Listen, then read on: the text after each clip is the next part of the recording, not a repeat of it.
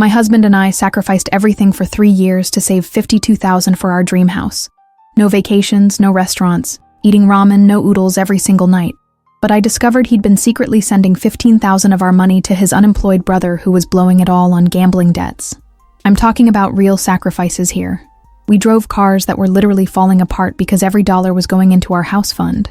My Honda Civic has 195,000 miles on it, and the air conditioning died 2 summers ago. We just rolled the windows down instead of fixing it.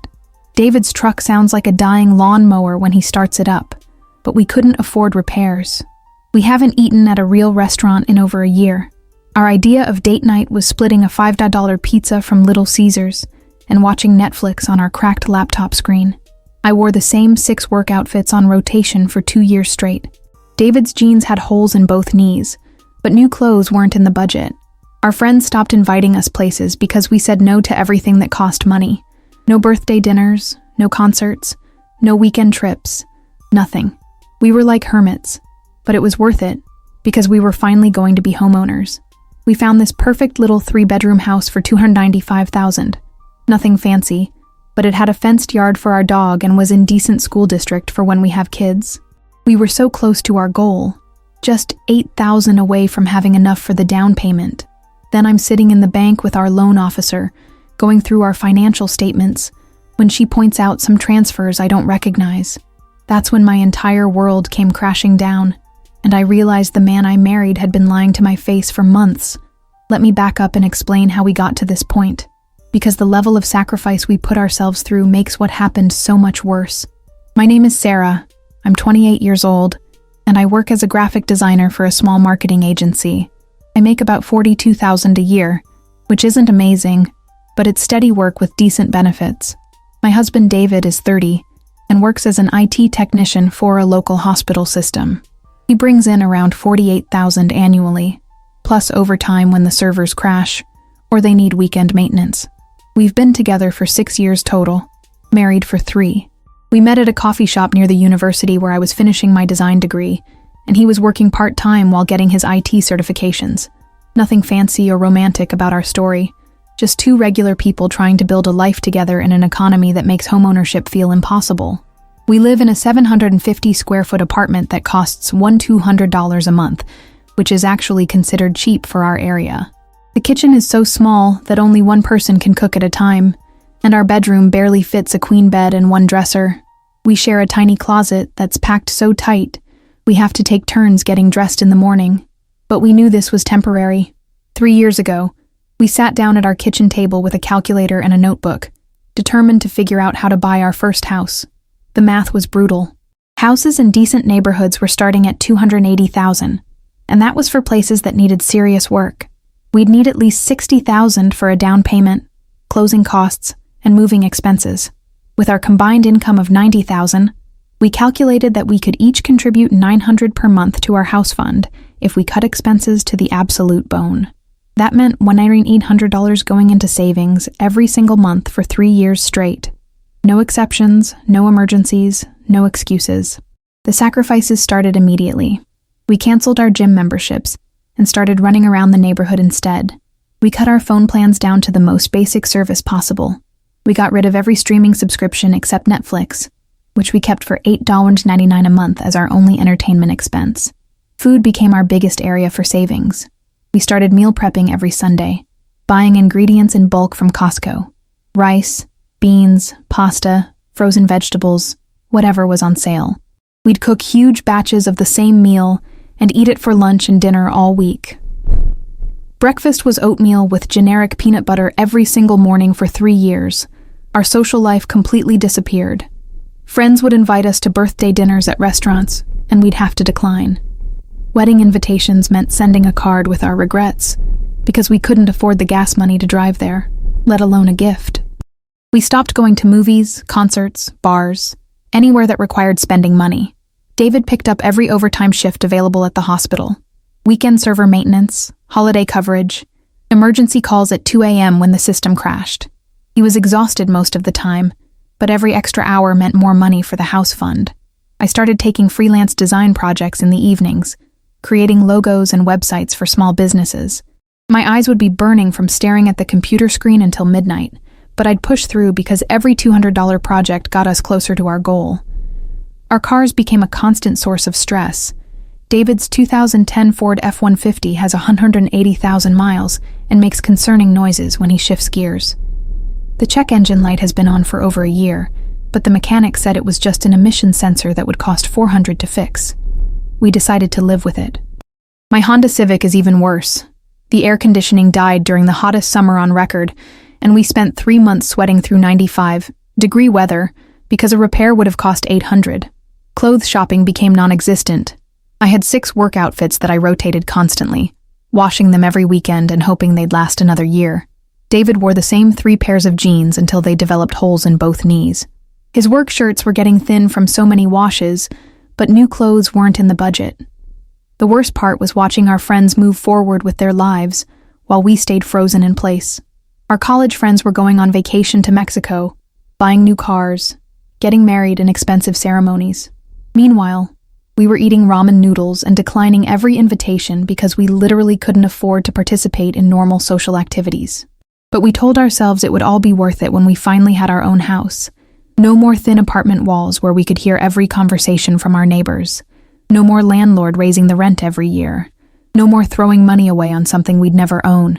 We tracked every penny in a shared spreadsheet, celebrating small milestones along the way. 10,000 saved, then 20,000. Then 30,000. Each month, we'd transfer our 1,800 and watch the balance grow. It became an obsession, checking the account balance multiple times a day and calculating how much longer until we reached our goal. By month 30, we had $52,000 saved. We were so close we could taste it.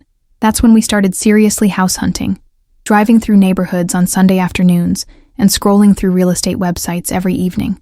We knew exactly what we could afford and what we were looking for.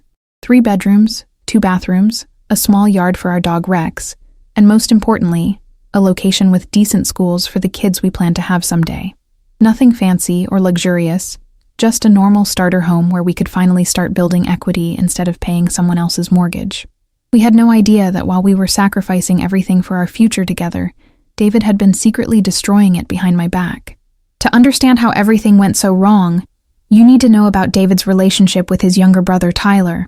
It's a dynamic that goes back to their childhood and has been causing problems for years, but I was too naive to see the warning signs. David is the older brother by 4 years, and he's always felt responsible for Tyler in ways that aren't normal or healthy. Their dad walked out when David was 16 and Tyler was 12, leaving their mom, Linda, to raise 2 teenage boys on a secretary's salary. David immediately stepped into this protector role, and honestly, it never stopped.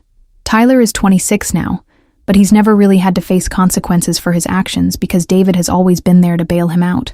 In high school, Tyler got caught shoplifting from the mall. Instead of letting him deal with security and learn his lesson, David drove down there, returned the stolen items, and convinced the store manager not to press charges. When Tyler got suspended for skipping classes, David would forge excuse notes so their mom wouldn't find out and take away Tyler's video games.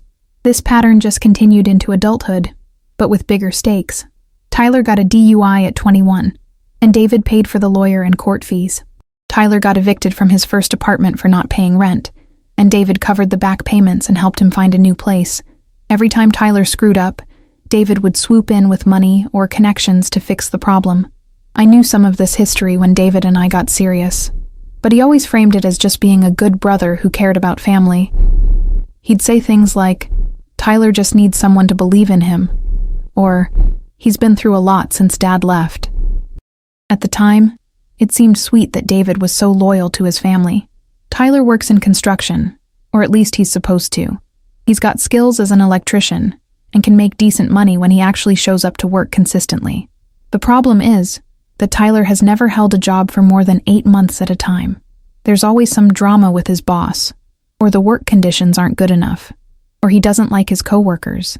8 months ago, Tyler told the family he'd been laid off from his latest construction job due to the company downsizing.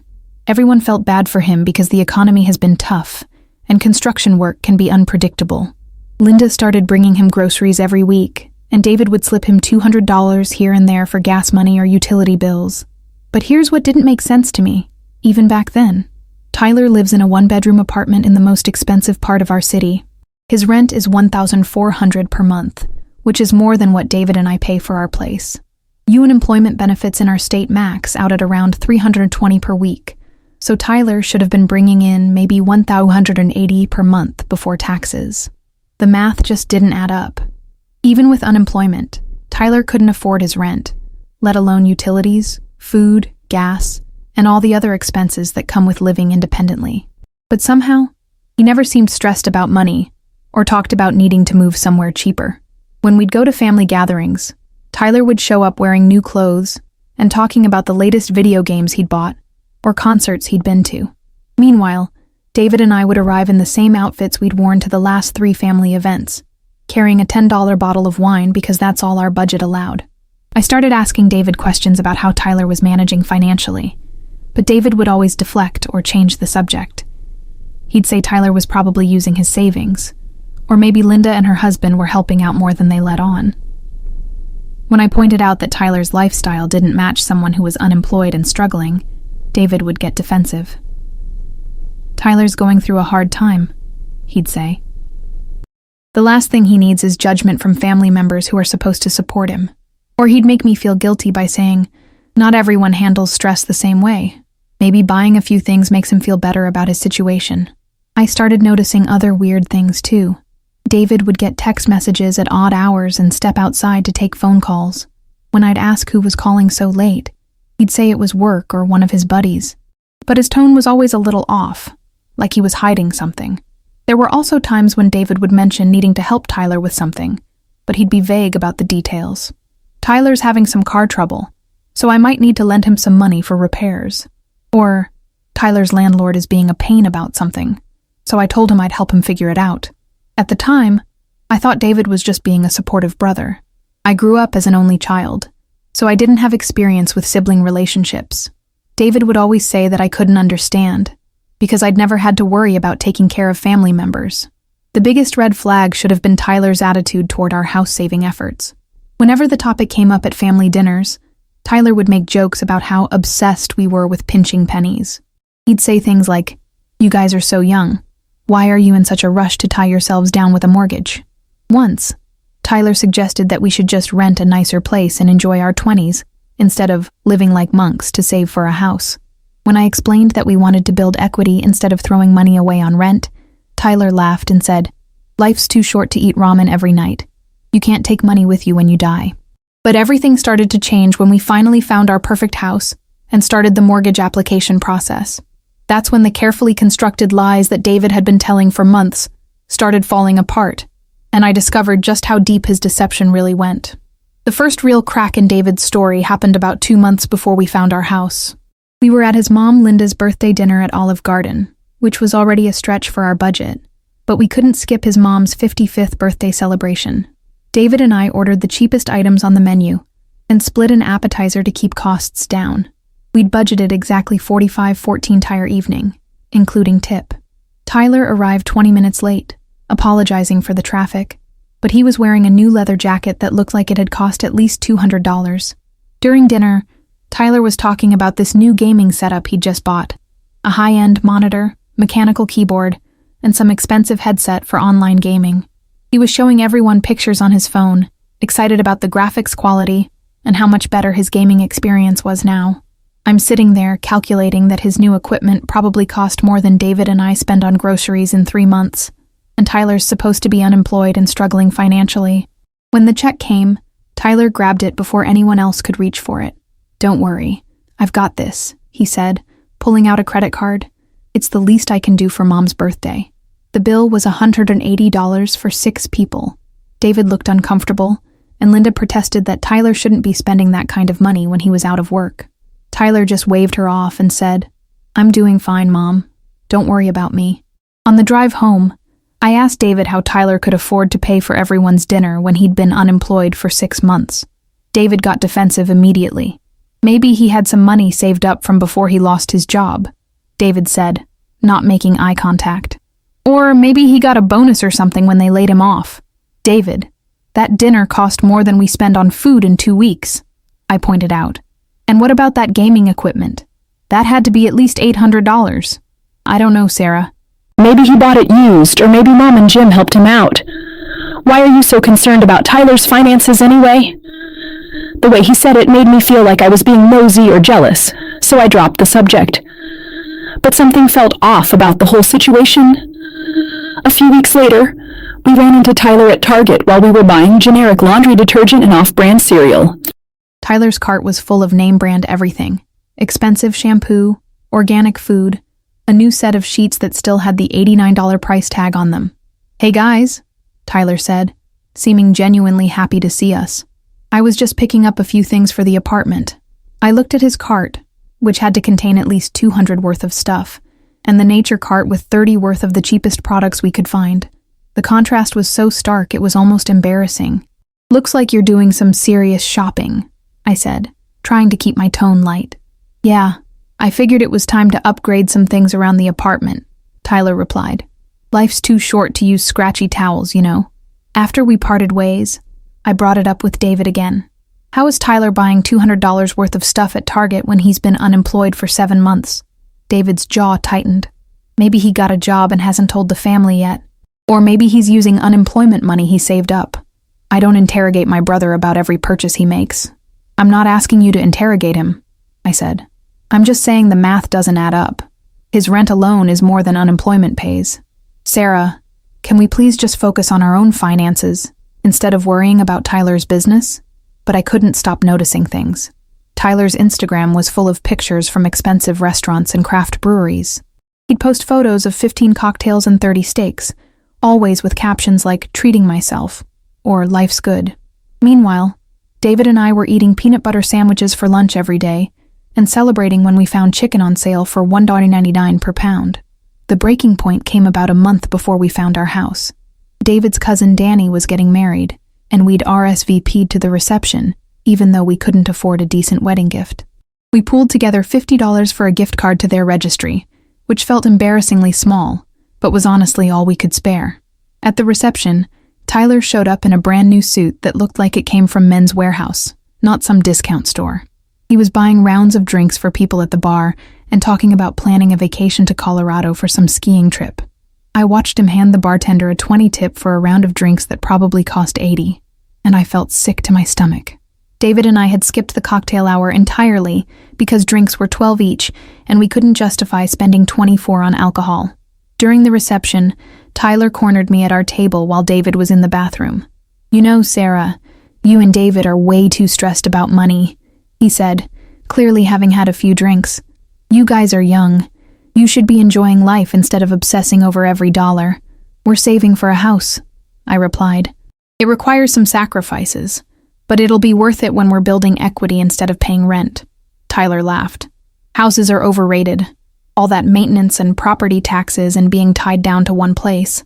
I'd rather have the freedom to spend my money on experiences, you know? Easy to say when you're not paying for those experiences yourself," I muttered under my breath. "What's that supposed to mean?" Tyler's tone shifted, becoming more defensive. "Nothing," I said quickly. "I just meant that we all have different priorities." But Tyler wasn't letting it go. "You think I'm not paying my own way? You think I'm some kind of mooch?" "I didn't say that, Tyler. I just think it's interesting that someone who's been unemployed for 8 months can afford designer suits and ski trips." Tyler's face flushed red. "You don't know anything about my situation, Sarah. Maybe I'm better at managing money than you think. Maybe I don't feel the need to live like a monk just to save every penny." When David came back to the table, the tension was obvious. Tyler made some excuse about needing to talk to other relatives and walked away. David immediately asked what happened. "Nothing," I said. Tyler was just giving me advice about our financial priorities, but David could tell something was wrong. On the drive home, he kept asking what Tyler had said to upset me. Finally, I told him about the conversation. "Tyler thinks we're too obsessed with saving money," I said. "He suggested we should be spending more on experiences instead of saving for a house." David was quiet for a long moment. Then he said, "Maybe he has a point. We have been pretty strict with our budget. Maybe we could loosen up a little bit." "David, we're $8,000 away from our goal. This isn't the time to start spending money on unnecessary things." I know. I just think Tyler might be right that we're missing out on some things while we're young." That's when I realized that Tyler's attitude about money was influencing David more than I'd thought. David was starting to question whether our sacrifices were worth it, and I suspected Tyler was the one planting those doubts. The final straw came 2 weeks later when David mentioned that Tyler was having some financial difficulties and might need help with his rent. "I thought you said he was doing fine," I pointed out. "At Danny's wedding, he was buying drinks for everyone and talking about vacation plans." David looked uncomfortable. "Well, maybe he was just putting on a good face for the family. You know how Tyler is about his pride. So now he needs help with rent? How much help?" "I don't know yet. He's supposed to call me tomorrow to talk about it." That night, I lay awake wondering how we'd gone from Tyler being financially stable to needing rent money in the span of 2 weeks.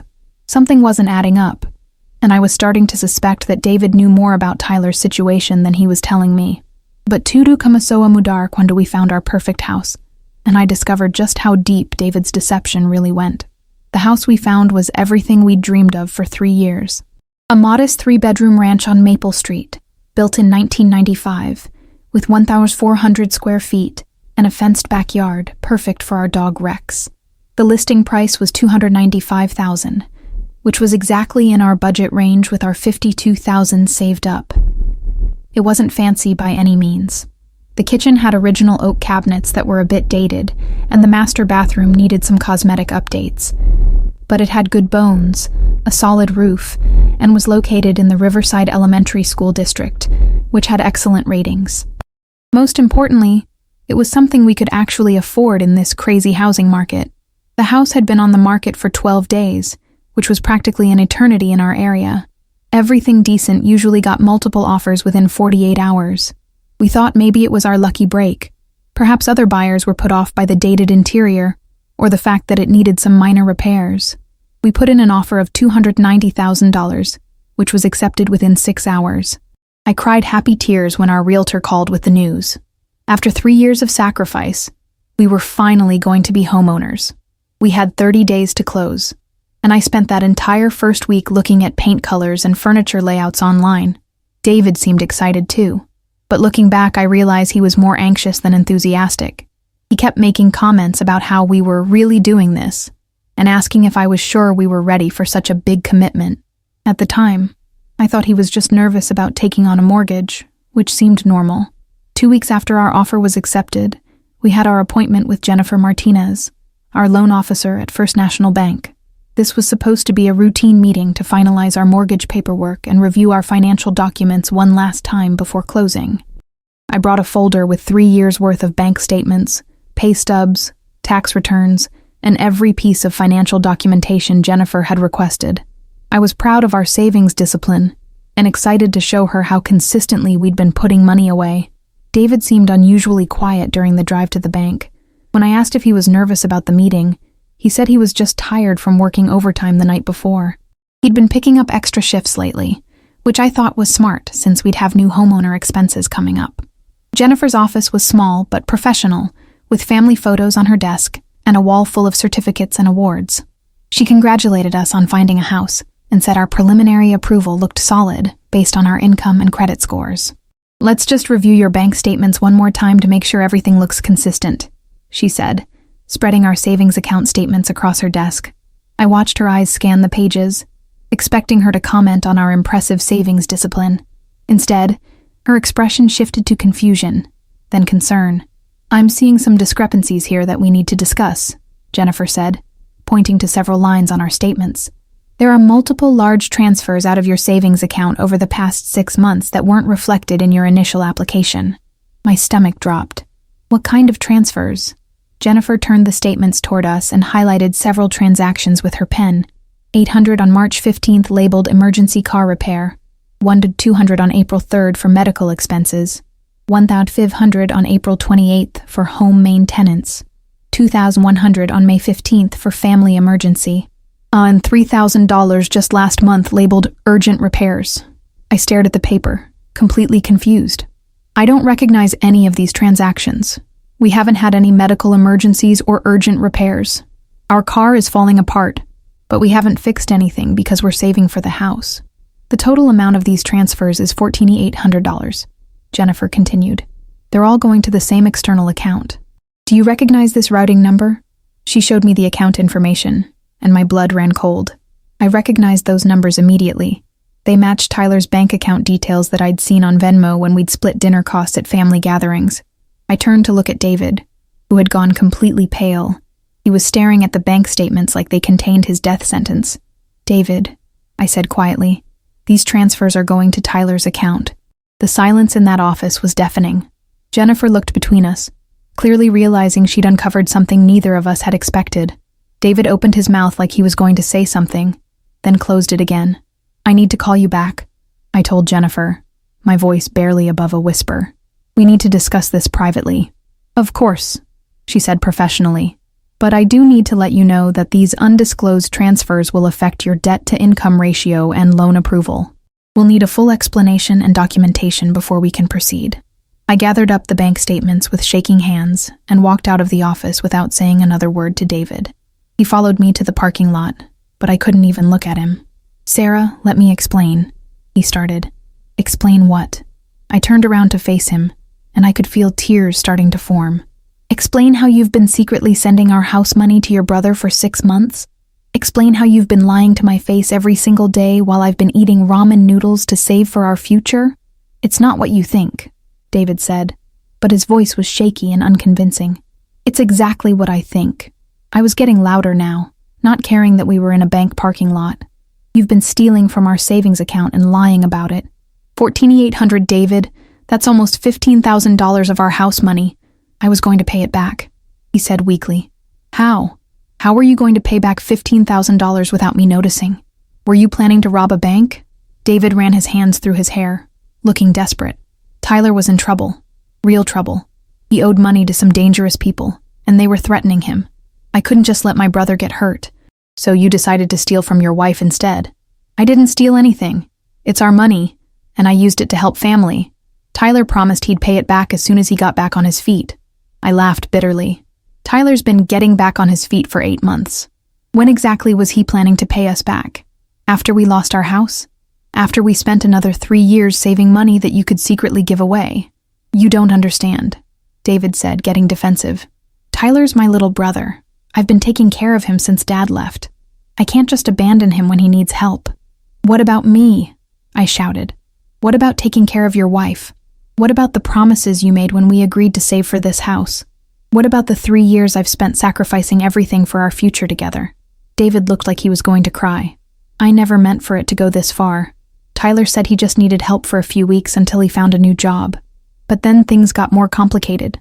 "What things? What aren't you telling me?" David was quiet for a long moment, staring at the ground. Finally, he said, "Tyler has a gambling problem. The money I've been sending him wasn't for rent or food. It was to pay off debts to bookies and loan sharks. He owes money to some really bad people, Sarah." I felt like I'd been punched in the stomach. "Gambling debts? You've been funding Tyler's gambling addiction with our house money?" "He promised he was getting help. He said he just needed to pay off what he owed, and then he'd stop betting and get his life together." "And you believed him? You believed a gambling addict when he promised he'd stop gambling if you just gave him more money?" "He's my brother," David repeated, like that explained everything. "I'm your wife," I screamed. "I'm supposed to come first.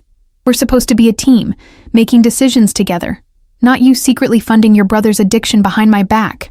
"I knew you'd react like this," David said. "I knew you wouldn't understand because you don't have siblings. You don't know what it's like to have family depending on you." That comment hit me like a slap across the face. "Don't you dare turn this around on me. Don't you dare make me the villain because I'm an only child. This isn't about family loyalty, David. This is about you lying to your wife and stealing from our future together." "I was trying to protect you from worrying about Tyler's problems," he said, "by lying to me for 6 months, by letting me think we were building something together while you were secretly tearing it down. How is that protecting me?" David didn't have an answer for that. We stood in that parking lot for another 20 minutes, going in circles. He kept trying to justify his actions, and I kept pointing out how betrayed and deceived I felt. Finally, I told him I needed space to think and couldn't be around him right now. I drove straight to my best friend Emma's apartment and broke down crying on her couch. "We lost the house," I told her through tears. 3 years of sacrifice. And we lost everything because David's been secretly sending our money to his gambling addict brother. Emma held me while I cried and raged about the unfairness of it all. She kept saying I should leave David immediately, but I was too shocked and heartbroken to think clearly about the future.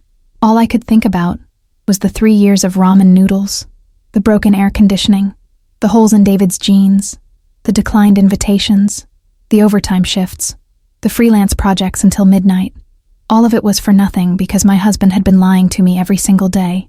That night, lying in Emma's guest room, I realized I didn't even know who David really was anymore. If he could lie about this, what else had he been hiding? I stayed at Emma's apartment for 5 days, ignoring David's constant calls and text messages.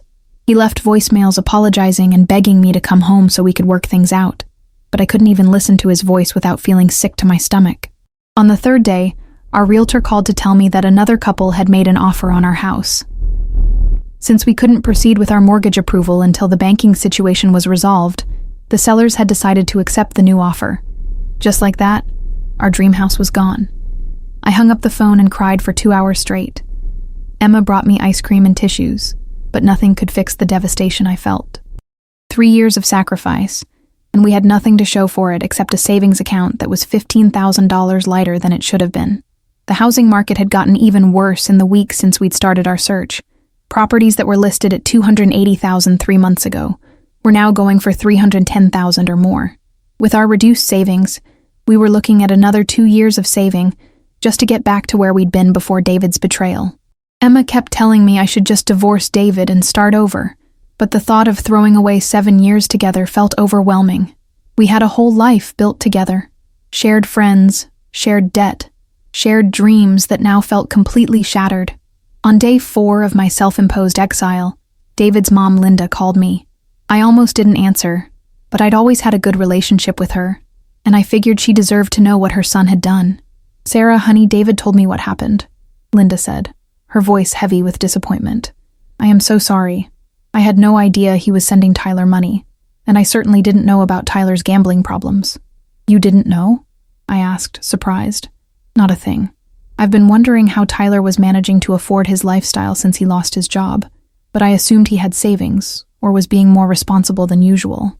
If I'd known David was taking money from your house fund, I would have put a stop to it immediately." Linda went on to tell me some things that made the situation even more infuriating. Apparently, Tyler had been bragging to extended family members about how David always had his back and would never let family struggle. At their cousin's birthday party 2 weeks earlier, Tyler had told people that David was such a generous brother and that he was lucky to have family support during his temporary setback. "He made it sound like David was just being nice by helping out," Linda said. "He never mentioned that it was your house money, or that you didn't know about it." The worst part was when Linda told me about Tyler's recent purchases. She'd been to his apartment the week before and noticed he had a brand new PlayStation 5 and a stack of unopened video games. When she asked where he got the money for a $500 gaming console, Tyler said he'd been saving his unemployment checks and decided to treat himself. So while David and I were eating 99-cent boxes of macaroni and cheese, Tyler was buying luxury electronics with our house fund and lying to the family about where the money came from. Linda was furious when I explained the full extent of what had happened. She said she was going to drive over to Tyler's apartment and have it out with him, but I asked her not to say anything yet, because I needed to figure out what I was doing with David first. On day 5, David showed up at Emma's apartment with a bouquet of sunflowers and a box of my favorite chocolates.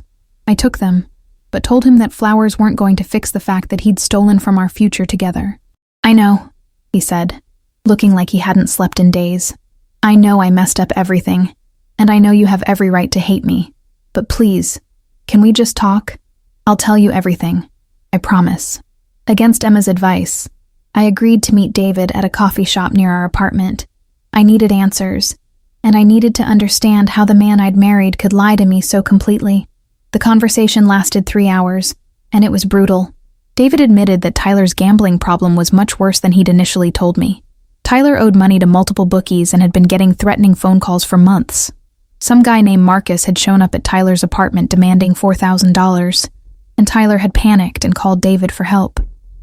I thought if I could just help him pay off his debts, he'd get scared enough to stop gambling, David said. But every time I sent him money, he'd use some of it to place new bets, thinking he could win back what he owed. David also admitted that he'd known about Tyler's trust fund the entire time. Tyler had inherited $38,000 from their grandfather 5 years ago, but he refused to touch it because he said it was for real emergencies and buying a house someday. So Tyler has almost $40,000 sitting in an account, but he'd rather use our house money to pay off his gambling debts? I asked incredulously.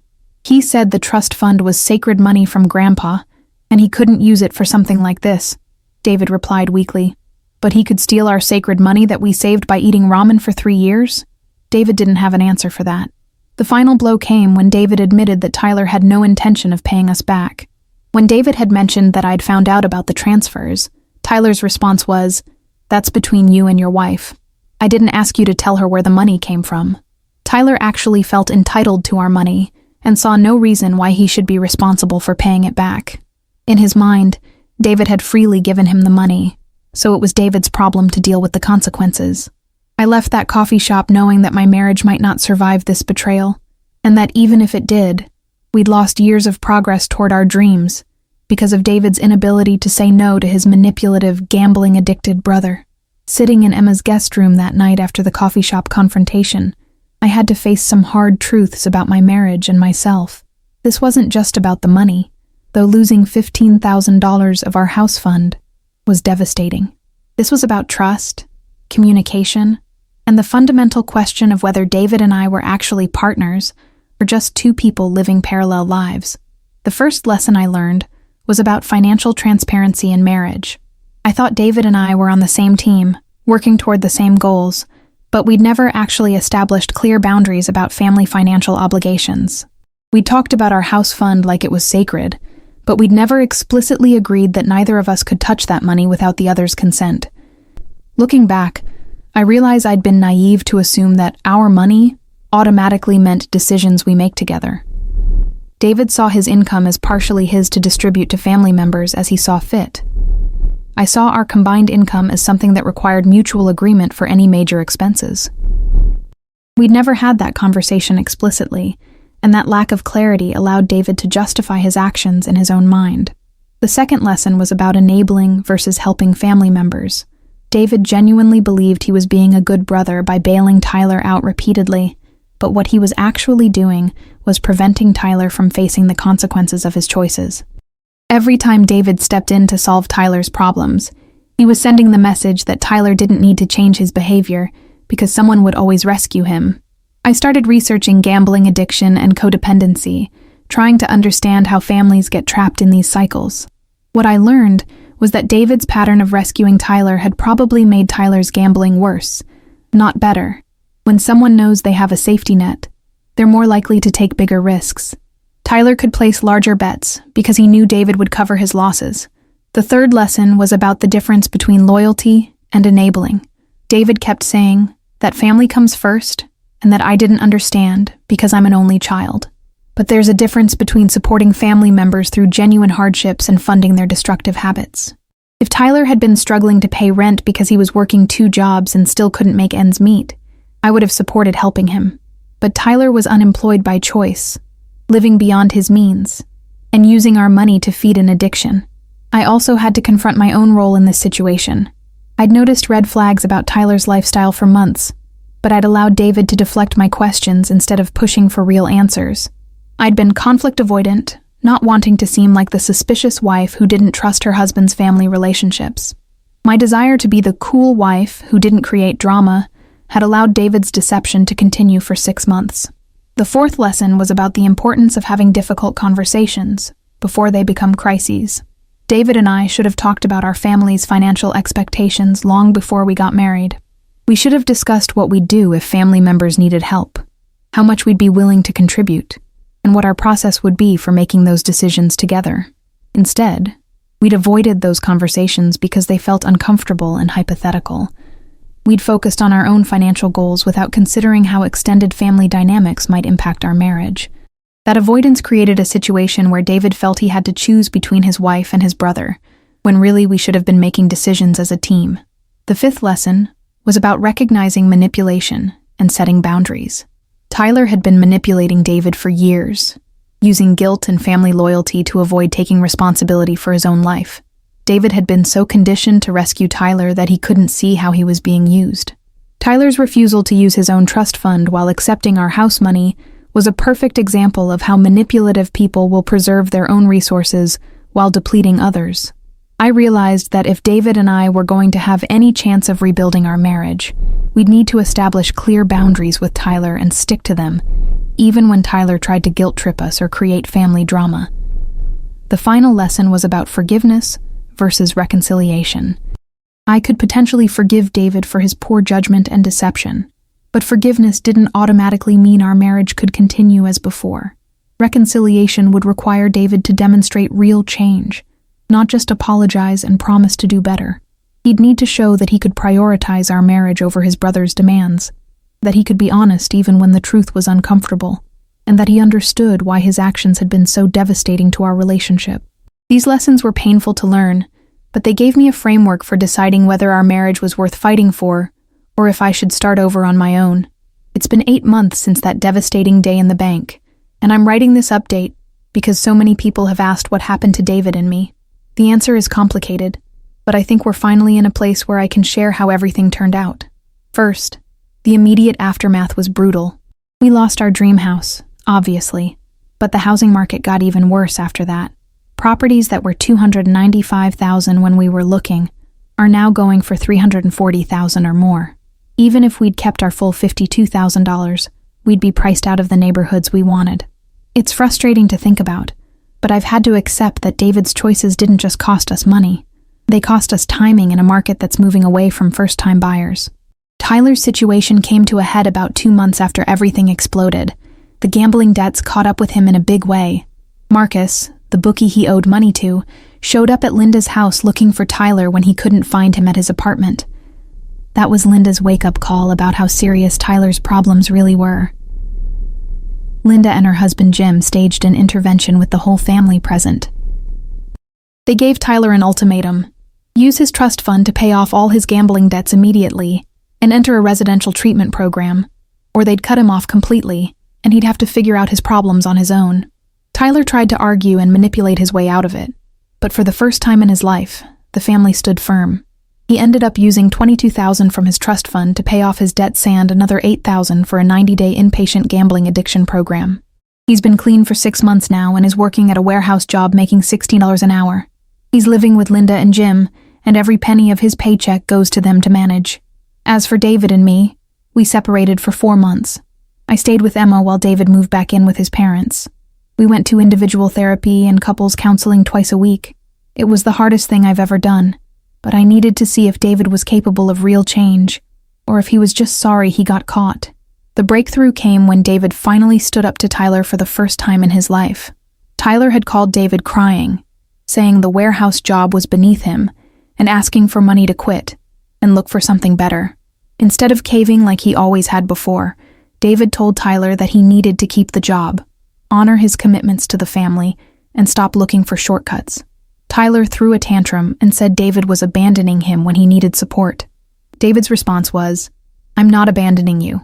I'm finally helping you by not enabling you anymore." Then he hung up. That phone call showed me that David was finally understanding the difference between helping and enabling. It wasn't easy for him. He'd been conditioned to rescue Tyler for 15 years, but he was learning to set boundaries. We moved back in together 6 months ago, but with strict conditions. We have complete financial transparency now, shared access to all accounts, and any expense over $100 requires discussion. We're also working with a financial counselor to rebuild our savings and create a realistic timeline for homeownership. David has been working overtime and side jobs to replace the money he gave Tyler. He's managed to save back $8,000 so far, and Tyler has started making small payments toward what he owes us, only $50 a month. But it's something. More importantly, it's Tyler taking responsibility for his actions. Our relationship isn't the same as it was before, and honestly, that's probably a good thing. We communicate better now, even when the conversations are difficult. We have clearer boundaries with extended family, and we've learned that trust isn't just about not lying. It's about making decisions together as a team. Are we going to make it? I think so, but I'm taking it one day at a time. David has shown genuine change, not just remorse. He's proven that he can prioritize our marriage over his family's dysfunction, and Tyler is finally getting the help he needed instead of just getting bailouts. We're still living in our tiny apartment, and we're probably 2 years away from being able to buy a house. But we're building something stronger than we had before, a partnership based on honesty and shared values, instead of just shared goals. To anyone dealing with financial betrayal in their relationship, my advice is this: don't make any permanent decisions while you're in crisis mode. Get professional help. Demand complete transparency. And remember that forgiveness doesn't mean accepting the same behavior again. Trust can be rebuilt, but only if both people are willing to do the hard work of changing the patterns that led to the betrayal in the first place. What would you have done in my situation? Have you ever dealt with family members who took advantage of your relationship? I'd love to hear your thoughts in the comments below.